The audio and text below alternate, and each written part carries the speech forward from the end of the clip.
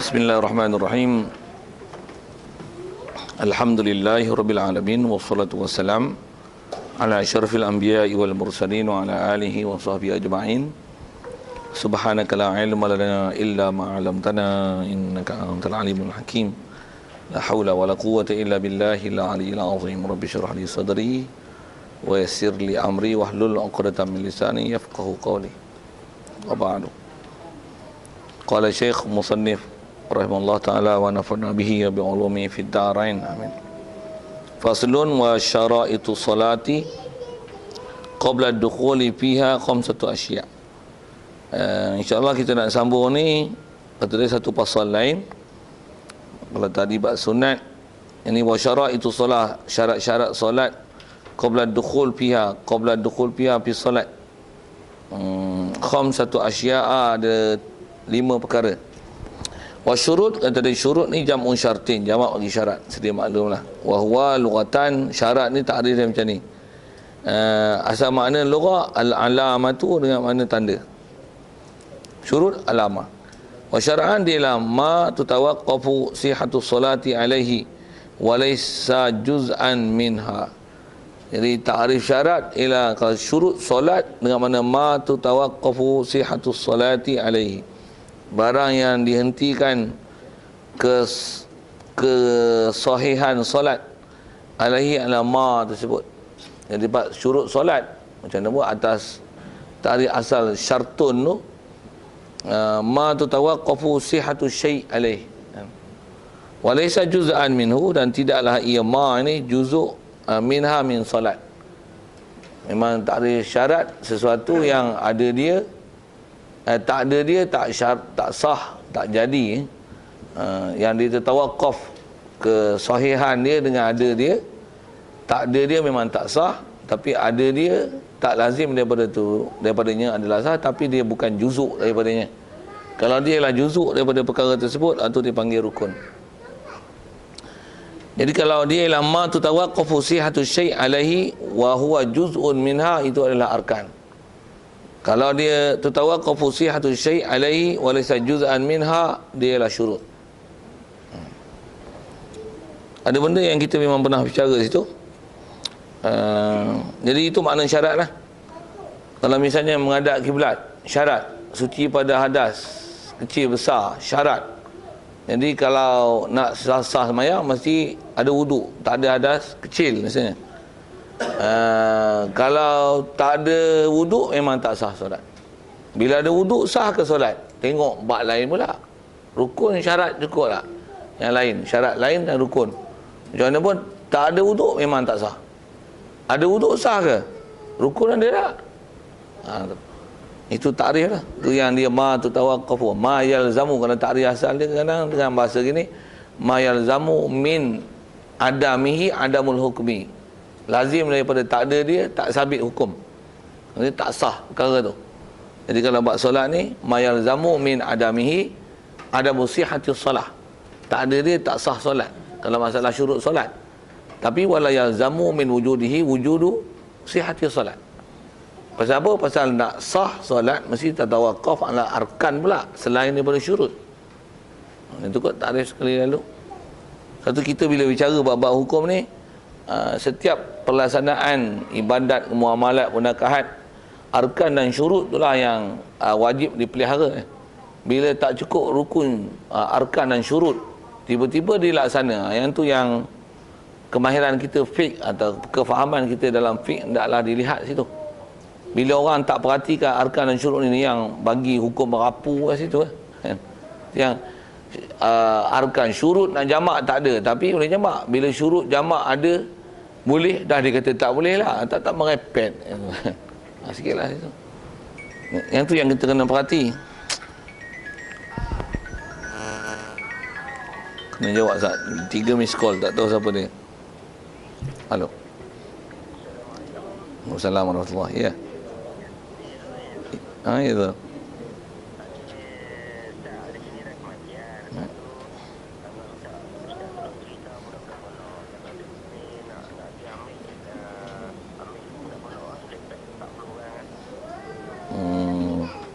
Pukul berapa tu? Tapi duduk tegang.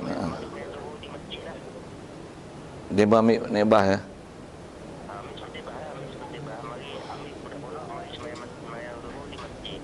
Oh. Dalam buku 1 tu lah ni. Daulah. 1.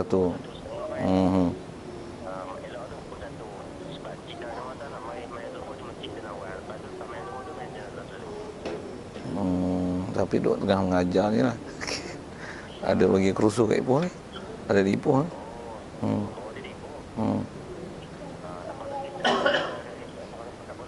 Okey, insyaAllah. InsyaAllah. Kuat. Okey. Okey, insyaAllah. InsyaAllah. Waalaikumsalam.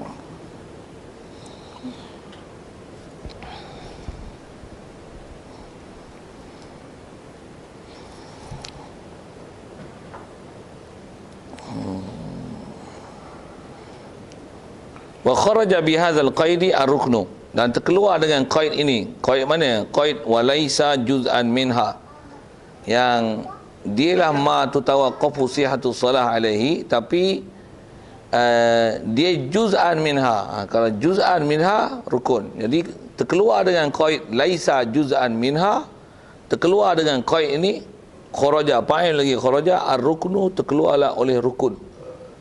Pasal apa? Fa'innahu ar-ruknu di juz'an minas salah, dia lah juzu' minas salat. Dia bahas macam ni memang kena tengok takrif, perhati elok-elok lah. Biasanya boleh faham maksudnya. Kalau misalnya Fatihah rukun ke syarat? Pasal apa? Ada juzu' solat. Itu tak, Fatihah tak ada solat sah ke? Fatihah tak ada solat. Solat tak ada Fatihah sah ke? Tak sah. Melainkan dalam hal tertentu kalau dapat solat masbuk, yang boleh ada imam tanggung, macam mana pun asal-asal solat tak ada Fatihah, dia pergi lah solat. Tapi bila dia juzuk, dia arkan. Tapi ada Fatihah, sah ke solat? Tengoklah arkan lain.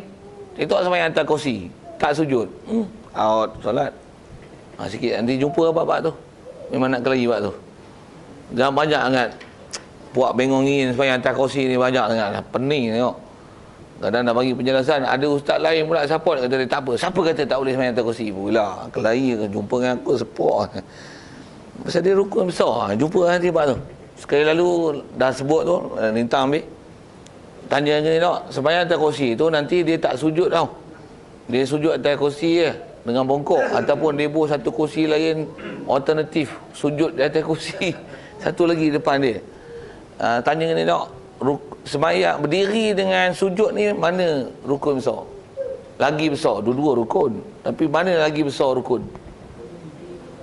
Diri sujud lagi besar daripada berdiri.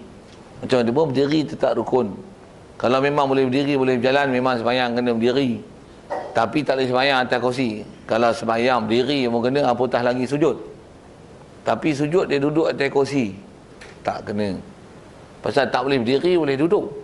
Tak boleh duduk, boleh mengerin. Tapi sujud tetap sujud, walaupun hang sampai duduk, walaupun hang sampai berdiri, walaupun hang sampai mengerin. Nak menunjukkan sujud lebih besar. Tapi bila dia sembahyang berdiri, bila rokok dia duduk atas kursi, lepas tu bila sujud, sujud atas kursi. Dalam keadaan punggung atas kursi, lutut tak kena lantai. Tak betul. Tapi sagi lepas sembahyang, buang kursi, duduk atas lantai. Alah, kelakar gitu. Nampak saya kata kelakar tu tahu ni. Tu orang ambil faham macam mana ni, ngaji pekah tak selesai ni aku lah. Antara hujah bodoh dia orang kata apa? Kat Mekah ramai sembahyang atas kursi. Saya kalau kelahi bab tu, saya kelahi gini lo. Abu Lahab mati kat Mekah. Macam apa kena mengena pula sembahyang atas kursi orang kat Mekah dengan Abu Lahab? Maksudnya tak semestinya bila ada di Mekah tu semuanya betul. Itu maksud saya. Dia orang tak ngaji mantik, tak faham saya punya hujah tu. Habis tu Abi Lahab mati, Abu Jahal mati kat Mekah. Apa faham? Bukan nantinya bila ada di Mekah, setiap ada di Mekah tu adalah semuanya betul. Dia di atas ilmu. Kalau nak kira ada di Mekah, ada tak orang buat umrah, buat haji, tawaf, perempuan tudung nampak jambul, ada? Ada? Tak pakai stoking ada? Ada? Yang nampak tengkok dia. Ada lambat-lambat Sembayang sebelah jantan ada. Sembayang depan jantan ada. Ada? Itu ada di Mekah. Boleh sah tu. Gambar kepala otak dulu lah. Itu buat sembayang. Dia orang tak sembayang atas kursi. Mekah banyak. Kat Mesir pun orang sembayang atas kursi. Nak kira sembayang atas kursi ni disebut sembayang. Orang tak sembayang pun ramai. Nak sebut tak kata ada tu. Ada, memang ada. Sah ke? Betul ke dia orang punya pelaksanaan tu? Apa rukun, apa syarat? Jangan duk buat pasal berdasarkan apa yang ada. Nak kira ada, semua ada. Orang tak sembahyang ada. Sembahyang atas kursi ada. Tak sembahyang langsung ada. Tu macam mana? Mana boleh, mana yang bersepadan, boleh tak boleh? Apa engkau punya perkiraan, apa kayu penimbang itu? Itu. Kelaju situ dulu. Pasal selalunya dia mau hujah-hujah gitu. Tentu kena tengok elok-elok. Baik. Wa syaraitu salati qabla dukhul biha khamsatu asya'. Baik, mana dia? Insya-Allah kita jumpa satu-satu tu. Wa syara'an dan pada syarat tak ada selesai dah. Asyaratu awal, syarat pertama adalah taharatul a'dha'i minal hadas. Mestilah suci anggota daripada hadas. Istilah hadas ni asghar, akbar. Yang kecil, yang besar. Baca asghar tu bukan paling kecil, bukan paling besar. Baca asghar dengan mana yang kecil, yang besar. Kalau kita belajar saraf, asghar tu dia wazan macam ahmar. Hamira yahmaru humratan fahuwa ahmar. Apa maksud ahmar? Yang merah. Hajarun aswad. Apa makna aswad? Yang hitam, bukan paling hitam tau. Kenapa pula bukan yang paling hitam? Kan af'al, ada af'al maksudnya isim tafdil, ada af'al sifatun musyabah bismil fa'il dengan makna yang. Jadi asghar daripada saghira, saghura yasghuru, sughuratan fahuwa asghar, fahuwa saghirun, fahuwa asghar. Apa makna asghar? Yang kecil. Akbar, kalau Allahu akbar tu isim tafdil, tapi hadas akbar, hadas yang besar. Kabura yakburu, kibron fahuwa akbar, fahuwa kabirun. Jadi akbar dengan mana yang besar, bukan paling besar. Ada tempat tu wazan sama, tapi nak memahamkan dia isim tafdil ke, nak fahamkan dia makna wasfi, mana na'at, mana sifat, mana isim fa'il, musyabah bismil fa'il ke, tu kena tengok. Ngaji lama sikit. Tak ada tobat ngaji lain. Sebut selalu dah tu. Sikit kalau ke sana ada lurah yang kita biasa sebut pun. Jadi mestilah nak sembahyang suci daripada ada kecil dan akbar. Indal qudrah. Jadi syarat mesti suci ni ketika kuasa lah. Maksudnya siapa yang boleh bersuci ya. Baik, kita tengok. Jadi bila ada asghar maksudnya mesti berwudu. Bila ada besar, faham tu mesti mandi. Indah kudrah. Jadi ketika tak ada kudrah, tu yang tak ada air, tayamum. Tak ada tayamum, tu bicara. Dipanggil faqid tahurain. Pasal tak ada alat nak menghilangkan hadas kecil, hadas besar. Kalau masalah najis, jadi hadas kecil maksudnya nak boleh ambil wudu, air lah. Tak ada air, alternatifnya tayamum. Tayamum mesti debu. Dia bukan boleh dengan habuk. Sikit sebut tu.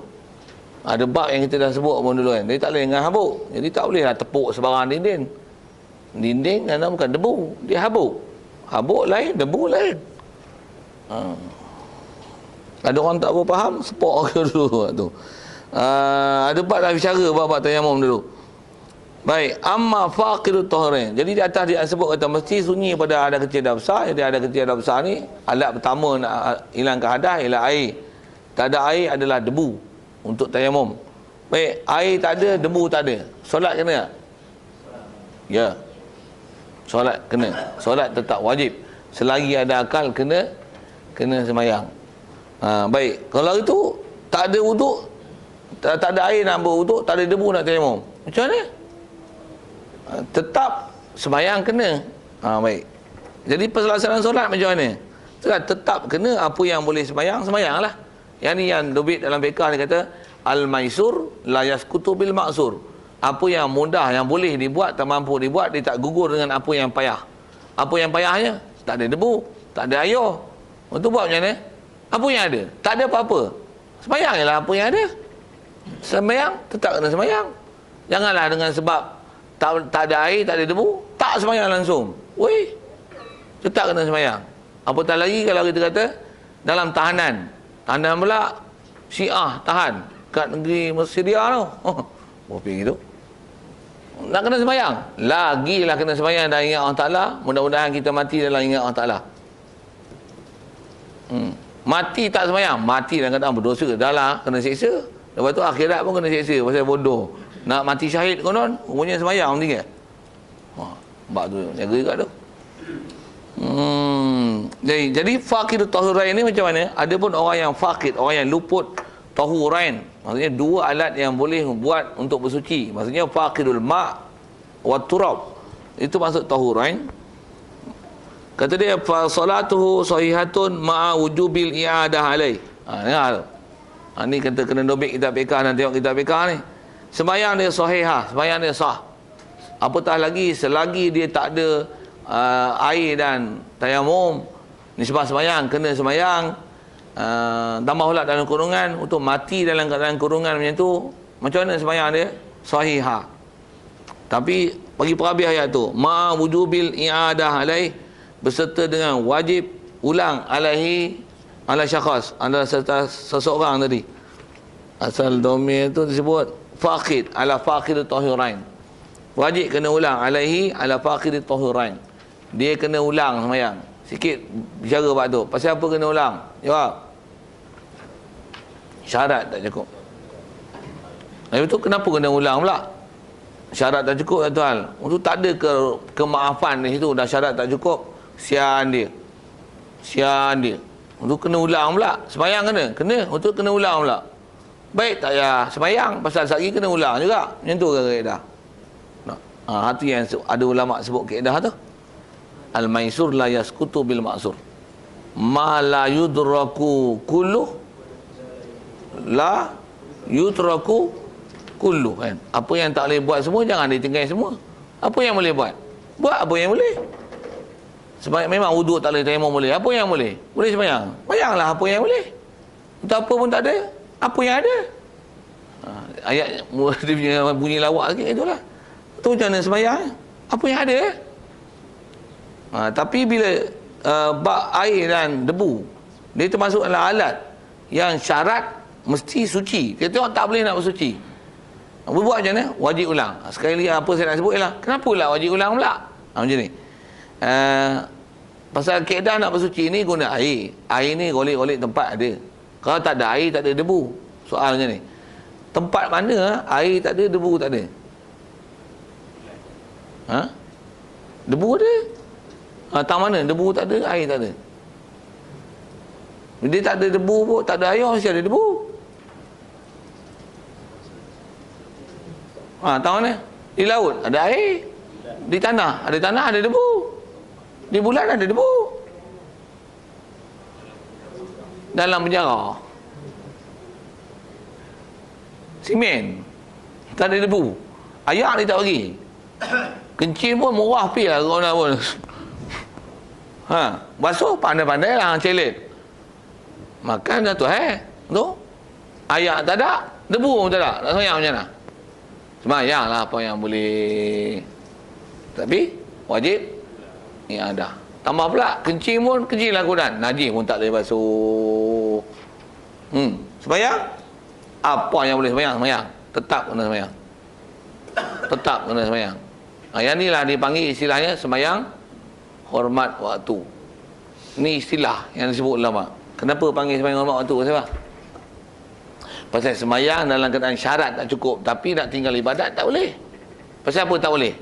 Pasal syarat tak cukup, tapi ada perkara yang memang masih boleh buat. Apa dia?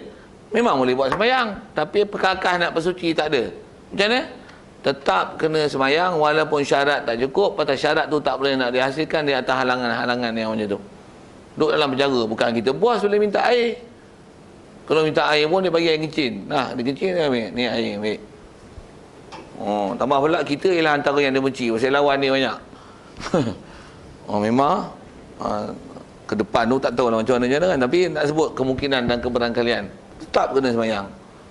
Sikit lagi nak sebut tentang isu kenapa kena ulang, pasal jarang nak jadi masalah tu.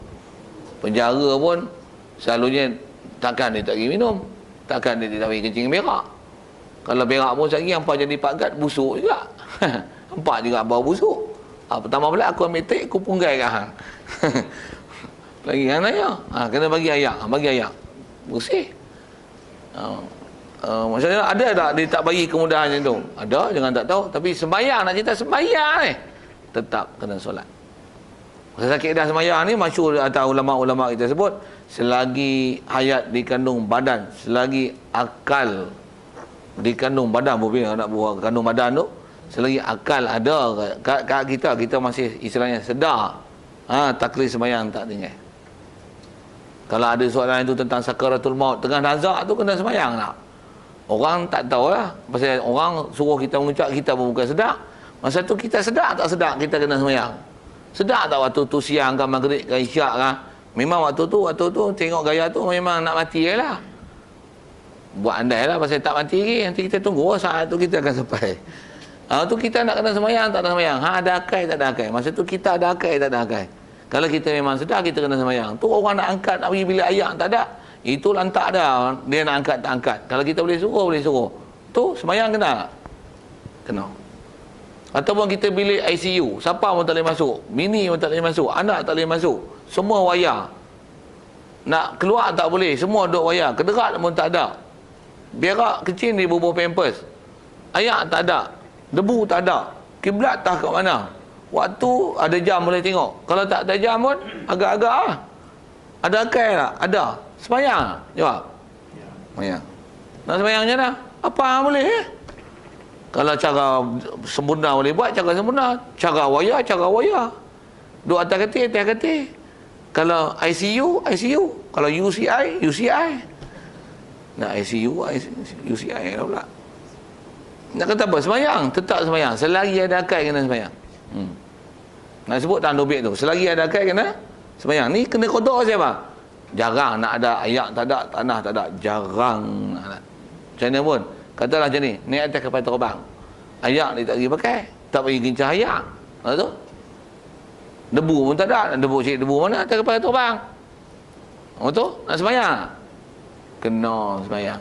Tu nak sembahyang nak kena berdiri, tak boleh berdiri, lepas tu kena marah pula dengan juruterbang, dengan mak gari pramugari ya. Dia marah tu kena duduk. Untuk sembahyang macam mana? Sembahyang duduk. Wuduk ada tak? Kalau ada wuduk pun dah ambil awal-awal sebelum naik kapal terbang. Tu kiblat tak ke mana? Lepas tu berdiri tak boleh. Berdiri rukun pula tu. Mau buat sembahyang. Sembahyanglah atas kursi mana yang boleh. Lepas tu turun lagi qada. Pasal apa kena qada? Pasal syarat atau hai kalau tak ada wuduk. Kalau masalah kecil berak, syarat tak cukup pasal bersuci. Duduk, syarat tak cukup pasal yang tak boleh sujud, yang tak boleh qiyam. Betul? Hari-hari naik kapal terbang lah. Tak juga. 24 jam naik kapal terbang. Tak juga. Semua hidup naik sekali. Macam mana? Turun qada. Yang ni yang tabung haji tak ajak, yang tabung haji bodoh buat ni. Saya berbuat tu memang keramat tu. Pasal saya ngaji sepanjang saya punya pengetahuan tahun ni, saya ngaji tok guru duk sebut. Baru ni pun ada kawan saya seorang, memang saya selalu tanya masalah saya, dia pun mengaji juga, tapi dia nak confirm tu dia tanya masalah tu. Dia kata dia pergi haji dengan mak dia, pak dia, bini dia pergi haji tu. Dia kata naik kapal terbang. Dia kata seramai-ramai orang dalam kapal terbang tu. Kata dia jangan sembahyang, waktu sembahyang masuk kena sembahyang ni memanglah dia tak bagi gincah ayak, tak boleh sembahyang. Yang kata dia, yang aku duk tengok yang duk sembahyang ni, aku, pak beranak kami, aku, bini aku, mak aku, pak aku. Hak lain tak sembahyang. Macam mana dia orang ni macam faham ke mana? Jangan tak tahu lah ni. Pelik kau. Tak sembahyang. Dia kata sembahyang apa sehari kena qada. Ada satu pihak ni tu. Tak, ni kita pegang semua ni. Ulama sebutlah pasal sembahyang takkan luput dan takkan jatuh, takkan tertanggal daripada kita. Kalau masalah sembahyang jamak, tengok memang boleh jamak ke? Ni jamak pun dua-dua waktu jamak. Takkan nak tinggal sembahyang dua-dua ada atas kapal terbang? Takkan nak tinggal dua-dua waktu yang jamak pasal duduk atas kapal terbang, tak sembahyang langsung pasal duduk atas kapal terbang? Siapa ada juga? Itu satu hal. Ada juga saya macam ni, sembahyang atas kapal terbang. Berdiri tak boleh, duduk sujud tak boleh. Sembahyang atas kapal terbang, tak payah qada. Pasal apa? Ada sembahyang itu je yang boleh, tak payah qada. Siapa dia ajak? Pasal bukan naik ke terbang hari-hari. Budak tu semua hidup sekali. Budak tu ada waktu-waktu tertentu saja. Untuk sembahyang macam mana? Dah boleh sembahyang sempurna, qada. Tapi waktu dalam waktu tu, sembahyanglah apa yang boleh. Tu. Itu sebut al-maisur la yasqutu bil ma'sur. Itu dobit Quran fiqh. Tapi fikah tu lah ni. Teruk sangat bahasanya teruk sangat. Zaman kita ni ibadat kita dalam pelaksanaan macam mana telah disyarah oleh ulama dengan apa yang telah disebut, khusus kita nak bicara ni sembahyang ni kena sembahyang, ayat tak ada, debu tak ada, jadi faham tu sembahyang boleh sembahyang. Kita pun kita bab syarat, jadi bab rukun tak bicara lah kan. Macam mana pun katalah berdiri tak boleh, sujud tak boleh, nak duduk pun tak boleh. Pasal apa? Kena kurungan baring je. Dia kurung kita dalam keranda 4 bulan duduk macam tu. Ada lubang menyawa kau ni, lubang macam ni. Kencing berak pun situlah kencing, situlah berak. Debu tak ada, ayak tak ada. Ayak dia bagi sudu satu hari. Sudu masuk dalam mulut hang. Sembahyang tu tak kena. Kencing berak macam mana? Kencing lah berak. Dah tak ada makan, tak ada kencing berak asal tu. Macam mana pun nak sembahyang macam mana? Nak rokok macam mana? Nak sujud macam mana? Nak tengok waktu macam mana? Macam mana pun nak tanya. Sembahyang kena? Tak! Kena sembahyang. Nak kenal waktu macam mana? Pandai-pandai cari macam mana nak kenal. Kalau hang boleh wirid, hang boleh zikir, hang hafal Quran, hang boleh sedar waktu, sedar tani, duk dengar hingat bising bunyi binatang ke apa ya. Boleh dengar, boleh rasa suhu panas sejuk ke, boleh kenal itu. Gunakanlah kita punya sensor yang ada. Penglihatan, pendengaran, kulit, apalah untuk memahami waktu, suasana, untuk mengenal waktu sembahyang. Tetap sembahyang kena, ayat tak ada, debu tak ada, diri tak boleh, duduk tak boleh, baring ni dalam keranda kurungan, menyawa, makan pun tak ada. Sembahyang macam mana? Sembahyang tak tinggal. Bahkan dengar, situlah munajat besar, kena ingat orang Ta'ala gila. Macam mana ada orang boleh kata tak payah sembahyang? Memang munajat dengan orang Ta'ala gila yang mana tu, duduk kurungan macam tu. Memang kena ingat orang Ta'ala, memang kena sembahyang. Dia tengok lepas macam mana? Syukurlah banyak-banyak lepas sembahyang berapa lama kena kurung tu, tengok berapa bulan kena tangkap itu, kena keluar tu, kau doa balik. Syukurlah banyak-banyak terlepas daripada bala macam tu. Tetap sembahyang tak lepas. Yang tu kita cerita ni yang mana? Yang memang taklif yang memang nak sebut. Lama-lama ni makan kenyang, kenderaan besar, masjid tepi rumah, ayak jenuh jenang, debu, tak larat nak kutik, bahkan menyumpah pula ke debu macam-macam kan. Orang tu buat apa? Sembahyang habuk tak tak. Teruk kita ni. Teruk. Okey, siap. Nak sebut tu. Ayat tak ada, tanah tak ada. Wa taharatun najisi. Okey. Itu bab air dan debu. Wa taharatun najisi. Dan yang seterusnya, rukun syarat yang kedua adalah mestilah suci najis. Najis mana? Allazi la yu'fa anhu. Yang ni ada bab najis yang kita dah bicara. Najis yang tidak dimaafkan daripadanya, mesti tak ada najis fi saubihi wa badan, fi saubin wa badanin wa makanin. Mesti najis tak ada pada badan, pakaian dan makan. Maksudnya makan solat. Tempat solat. Tempat solat mana? Mana yang bersentuh dengan badan kita dan pakaian kita. Badan tu halah pada pakaian. Mana yang bersentuh dengan pakaian kita, tempat pijak kita, dan mana pakaian kita yang bersentuh dengan lantai tempat kita duduk. Hak tu dipanggil makan. Makan yang solat. Mesti tak ada apa-apa nama najis yang yu'fa anhu. Najis mana maaf tak maaf ada kita dah bicara dulu. Antara nak sebut betul agak banyak nak ulang balik kan, tapi cukup situ sebut kata kita dah belajar dulu mana yang nama najis tak najis, mana yang nama maaf tak maaf. Okey, mesti jangan ada najis.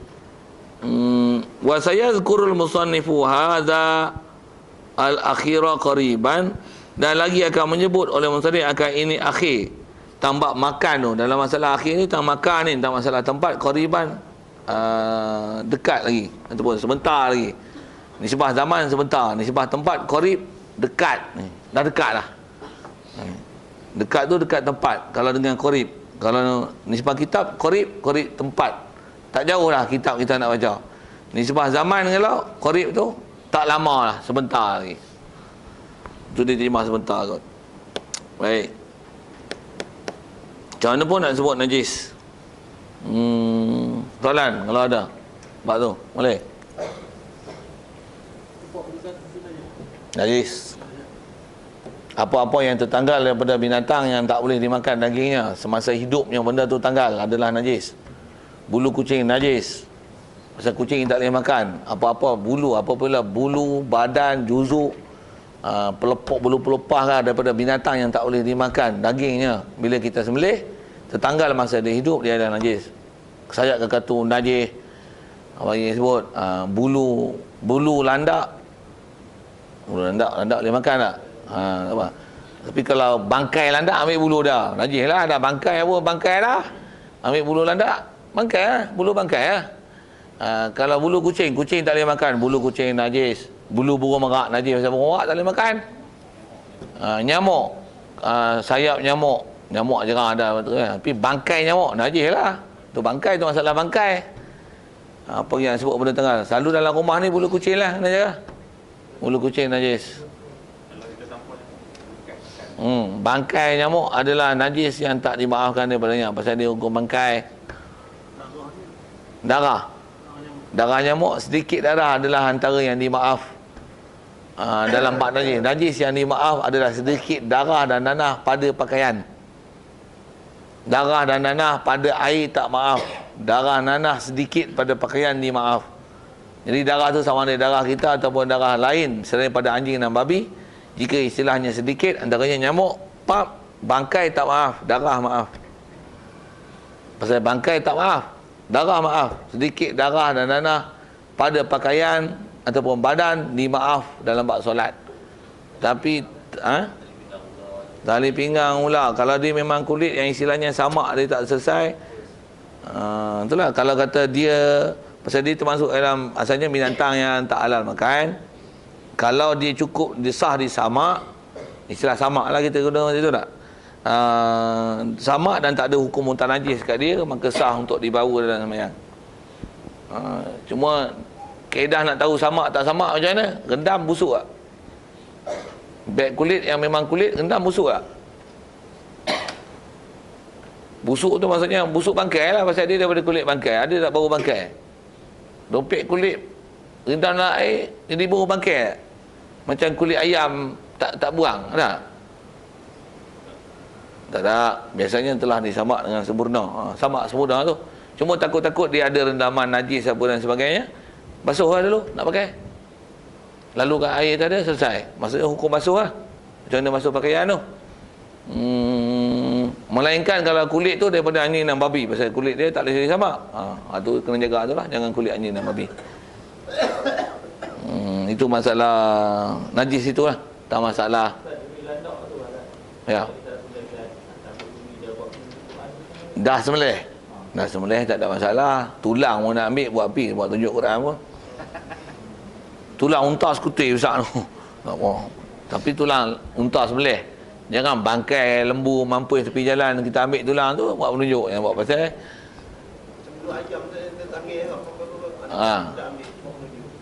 kalau dia tertanggal masa hidup boleh. Masa mati pun, tapi mati disembelih boleh. Tengah hidup tu tengok tarik lawi dia yang panjang. Ayam boleh makan tak bila kita sembelih? Boleh. Apa bulu tertanggal daripada binatang yang boleh dimakan bila kita sembelih dia, masih hidup kita cabut, dia tak najis. Tapi syarat dia hidup lah. Kalau mati pun mati disembelih tak ada masalah. Tapi kalau bangkai tapi cabut bulu, tak boleh. Jumpa bangkai landak dalam hutan, untuk cabut bulu landak ni buat penunjuk, tu tak boleh. Bangkai. Bab najis tu kena bab najis. Jadi kalau ada muskil bab najis saja. Apa yang sebut? Selalunya bab najis ni yang berkaitan bab solat ni yang kita nak jaga sangat. Selain daripada bab pakaian, bab air apa kita bicara, bab cuci pakaian apa satu hal.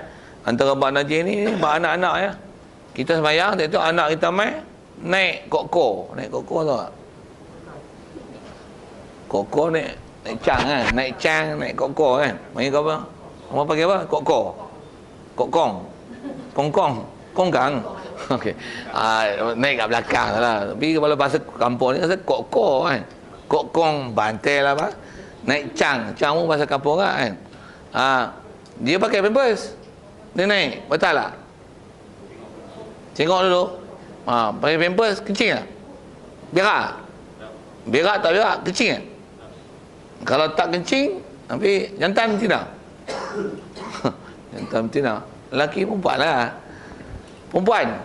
Perempuan tak ada masalah najis di bawah kulfah tu. Okey, pakai pampers tapi tak kencing. Naik atas kita, tak ada masalah.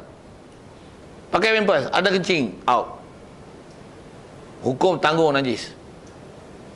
Cuma yang tu bukan najis kena badan, bukan najis kena pakaian, bukan najis tempat sembahyang, tapi hukum kita menanggung najis. Pasal apa? Kat kita budak naik, hukum najis kita bawa dalam waktu sembahyang. Majlis batal sembahyang. Mana-mana yang hukum bawa batal, termasuk dia naik cang, kita sembahyang, anak main duduk atas helah. Anak tu yang pakai pamper dan dia kencing, batal sembahyang. Ataupun tengah sembahyang, anak main kerabai. Kerabai tau kerabai? Kerabai panjat. Ataupun bergayut dekat telekung mak. Umi. Pakai pampers, kencing. Batal sembahyang. Pasal tu hukum bergayut. Hukum bergayut bergantung. Imam sembahyang, pakai mikrofon. Mikrofon ni, wayar dia ada kena tek cicak. Tak pernah masuk. Sembahyang, speed ni. Batal sembahyang. Pasal yang ni ditanggung dalam sembahyang. Hukum ditanggung. Mana yang sebelum penyambung yang ada tu, kita pihak pertama, ni pihak kedua. Pihak kedua ni ada najis, batal sembahyang. Itu kaedah-kaedah yang ada disebutlah dalam masalah najis. Kena pelihara itu. Untuk apa?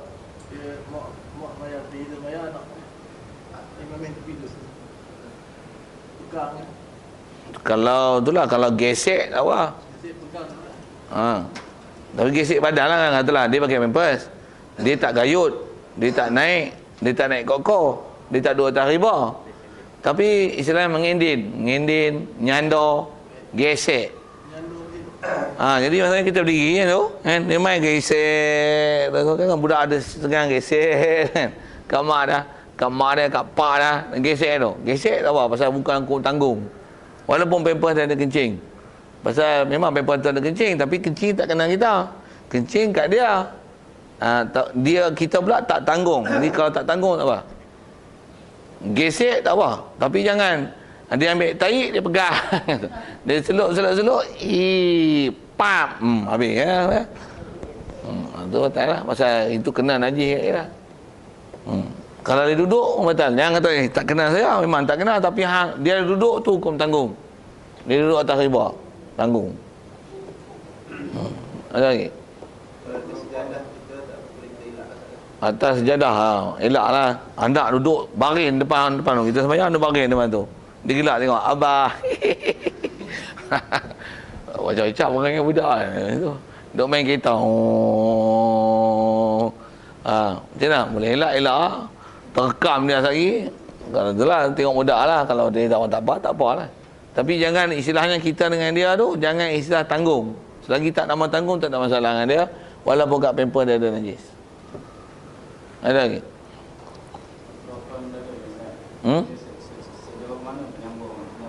Sejauh mana? Bagus soalan tu. Kaedah penyambung ni, dia selagi tak bersambung.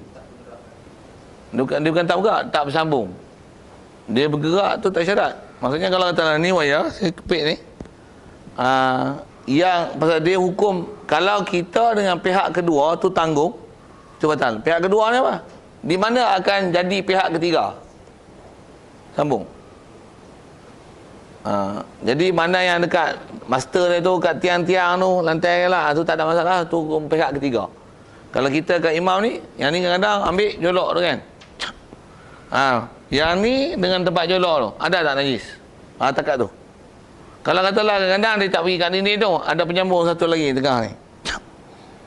Yang ni dengan hak penyambung tu. Ada tak najis? Yang sana hukum pihak ketiga. Dia tak dobit panjang, tapi dia dobit bersambung. Kalau kita ngaji dalam kitab Sabilah Muhtadin tu, dia buat contoh macam ni. Orang sembahyang, dia pegang tali. Tali tu ikat ke anjing, batal sembahyang. Tapi kalau dia sembahyang pegang tali, tali tu ikat kat rantai. Rantai tu rantai anjing, tak batal sembahyang. Faham tak? Siapa? Pasal apa ikat kat rantai anjing tak batal? Pasal tali tu kena kat rantai, rantai tak kena anjing. Kita pihak pertama, tali yang kedua, rantai yang ketiga. Rantai tu tak najis. Anjing tu pihak keempat. Jadi pihak kedua tak kena najis, tak apa. Tapi kalau kita pakai, kita sembahyang pegang tali, tali ikat kat anjing, pihak kedua ni kena najis, batal. Dia punya contoh kitab siap. Dalam kitab siap lah. Disebut anjing, dia tak sebut mikrofon. Boleh faham prinsip yang sama. Prinsip tu. Dia turut, dia pasal dia tak dobit panjang. Dia dobit dia sambung. Penjamur ni mana? Bila bersambung dia hukum pihak 1, 2, ada sambung, ketiga. Satu kadang-kadang ada orang tak mau pakai langsung. Pasal apa? Sambung ni kata sambung, wayar ni pula sambung ni, sambung atas bumbung apa kat speaker semua tak cicak habis. Bumbung ni tak letak. Pasal apa? Dia short current habis. Tak, dia short takat 1, 2 saja. Kalau yang tu kira short current, dengan saya sebut. Pijak lantai ni short, bawah lantai ada tak cicak, sadang ada semut, lantai short pula, short pergi bilik ayam. Mampu yang tak sah sebenarnya. Jadi yang mana? Pihak pertama, pihak kedua. Lantai. Lepas tu katalah, ada tak cicak bawah, ambil sejadah, apa? Pijak atas sejadah. Sembahyang atas sejadah yang bawah sejadah ada tak cicak. Sah. Pasal apa? Itu pihak ketiga. Bahasa dia pihak ketiga. Bukan insurans pihak ketiga. Tak cicak tu pihak ketiga. Pasal apa ketiga? Kita pertama, yang kedua. Betul sejadah tu kena najis macam mana? Sejadah tu tak hukum tanggung. Pasal tu tak apa. Yang ni pasal apa? Ni pihak kedua tapi ada najis, batal pasal apa? Pasal ni tanggung. Sejadah tu bawah sejadah ada najis. Pihak sejadah tu pihak kedua. Kenapa tak apa? Pasal dia pijak, bukan tanggung. Tu beza. Lagi ada tu.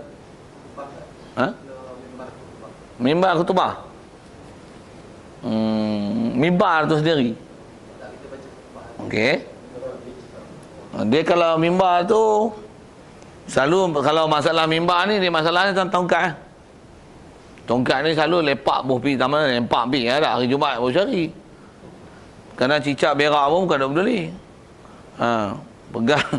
Pegang tongkat, ittaqullah tu cicak tu, 3 ketil 4 ketil tongkat tu. Memanglah dia bagus, pakaian bagus, tapi bila dia pegang tongkat, tongkat tu termasuk benda yang dia tanggung pasal dia pegang. Habis sembahyang. Habis khutbah, habis sembahyang. Tu jaga tu. Jadi tok siap kena mana, tak tok siap pun imam hang tengok tak cicak tu. Tak cicak, saya memang perhati tu. Saya biasa lempak. Bukan lempak, tak pegang tongkat. Baca khutbah. Siapa? Lah tak cicak dah kan nak pegang. Pula tu dibubuh tak rata-rata lah, lempak tak mana lah. Pula tu kadang-kadang buh tepi dinding tu. Tak cicak memang, jamban cicak saja tepi tu. Jamban. Tapi tak ada lah flash air, tak ada lah. Pinjaman cicak ada berak tu. Tu tongkat tu duk melempang tu. Walaupun tak melekat, tapi tongkat tu duk berseromoy dengan tak cicak. Kawan ambil sapu je, puh. Kelepur. Entak lagi. Noh, ambil. Tak kerti pekah tak pegang. Tak ambil tongkat tu. Sebab tu yang kita kena lepas pandang. Kadang-kadang macam ni pula, tongkat untuk pegang mimbar lah. Pegang tiang lah tu. Apa? Tiang tu apa? Kan tak cicak, kalau ada tiang cicak. Masalah pegang tak cicak, tak mana? Tiang ni hukum dinding. Bukan tanggung. Okey, pegang. Bila pegang, masalah apa? Dia sapu dengan apa? Sapu selek dulu pakai beruih apa? Beruih bulu babi. Out. Itulah dah. Tu selek tu najis tak najis? Kalau dah bulu babi najis tu, pegang tu najis ya. Banyak benda kena perhati tu. Tapi asalnya Pak Najib, kita bicara Pak Najib tu. Pak Najib. Yang mana? Macam dulu tadi kan. Tapi dia kuning. Ya, bagus soalan tu.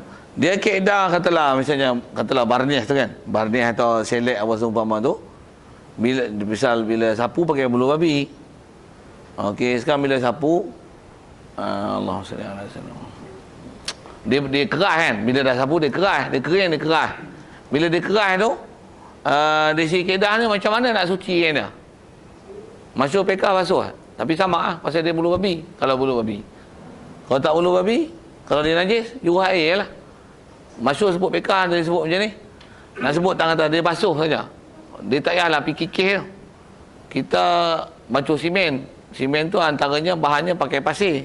Pasir longrok depan rumah kita tu dah 3-4 hari. Kucing main berak. Kita pancur simen tu dengan tek kucing dengan dia. Katalah.